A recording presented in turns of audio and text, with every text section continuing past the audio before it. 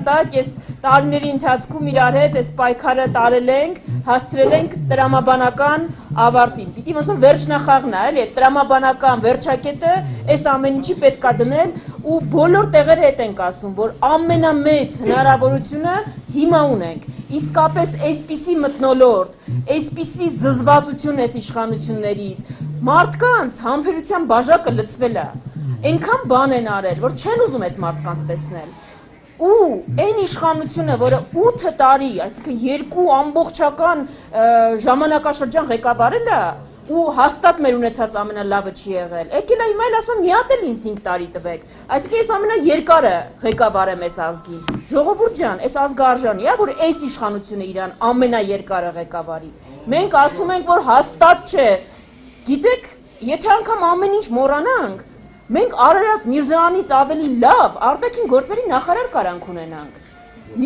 Սուրեն Պապիկյանից ավելի լավ պաշտպանության նախարար կարանք ու պիտի ունենանք։ Գևորգ Պապոյանը մեր ամենալավ էկոնոմիկայի նախարարը չի։ Էլ չեմ ասում, որ Նիկոլ Փաշինյանը հաստատ մեր ամենալավ վարչապետը չի։ Ամոթ է այս ազգի համար 13 տարի ունենալ այսպիսի ղեկավարություն։ Մենք գիտենք, որ դուք մեր հետ համաձայն եք, բայց այս հանդիպումներին ինչ ենք խնդրում։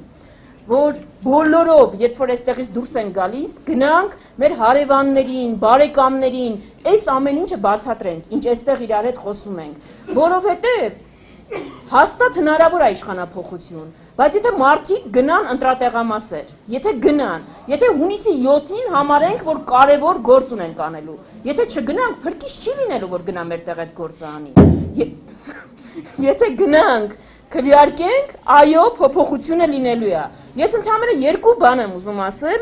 այստեղ գալուց, գիտեք, քաղաքացիներից մեկը ասեց, մի հատ կփոխանցեք իրեն հարմար առիթին, որ ինչի է ինքը մասնակցում։ Հիմա բացատրեմ ինչ նկատի ուներ։ Ժողովուրդ ջան, եթե ձեզ գալիս են, խոստանում են ադրբեջանական բենզին, Ադրբեջանի բարեհաճությունը, Ալիևի խոստացած խաղաղությունը, Ալիևի տարածքներ են խոստանում, մի հատ կարաք բացատրեք, Նիկոլ Փաշինյանը այս ընտրություններին ինչի է միջնորդավորված մասնակցում, թող Ալիևը միանգամից քվեարկվի, թող կա Ալիևը իր դեմքով քվեարկվի, էլ բան տեղապահ ընտրում ենք, որ ինչ անենք, միջնորդավորված բան անենք, ինչի,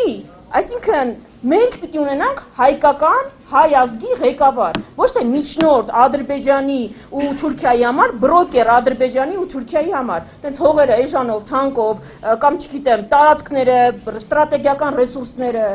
այսինքն պիտի հասկանանք, որ հունիսի 7-ին, եթե այս մարդը ընտրվում է Ալիևը, լինում է, միկրոֆոնը կա, ամենաթեժ պահին միկրոֆոնը հասավ, ընտրվում է Ալիևը, ժողովուրդ ջան, ընտրվում է Թուրքիայի, Ադրբեջանի երազած կառավարությունը։ Մենք ուզում ենք, որ հայ ժողովրդի երազած կառավարությունը ընտրվի։ Ու երկրորդ բանը, ու վերջին բանը, ամենաշատ մտավախությունը, որ մեզ ասում են մեր քաղաքացիները, այստեղ էլ նոր, ասում են վախի մթնոլորտ կա։ Մարդիկ վախենում են։ Չեն, որովհետև ասում են լայքի համար գործից ազատում են, մասնակցության համար գործից ազատում են, բարևելու համար գործից ազատում են։ Ժողովուրդ ջան, գիտենք, այսպիսի մթնոլորտ իսկապես երբեք չի եղել, այսպիսի տրամադրություն մթնոլորտ Հայաստանում չի եղել, բայց մի բան ունենք ձեզ ասելու, այս ամեն ինչը իրենք արել են ձեր 7 տարի, սկսած քաղաքացու վրա թքելուց, վերջացրած ձեր հարկերը բարձրացնելը, վերջացրած պատերազմները, ձեզ գործից ապօրինի ազատելը, միջնամատ ցույց տալը ինձ հուշում են, կլինի մնացած բոլոր ապօրինությունները, բոլոր տեսակ հարկերը, տուգանքի մատերիալ սարքելը, քաղաքները չզարգացնելը, պարտքը ավելացնելը, դրա պատասխանի օր կա։ Պետք չի մի եկեք հավաքներին, եթե ձեզ չգիտեմ վախեցնում են, լավ մի ամիս էլ կարաք սրտիկ չդնեք, բայց հունիսի 7-ին այդ ամեն ինչի պատասխանը պետքա տալ։ Հունիսի 7-ն է, ձեր բարեկամներին խնդրում ենք,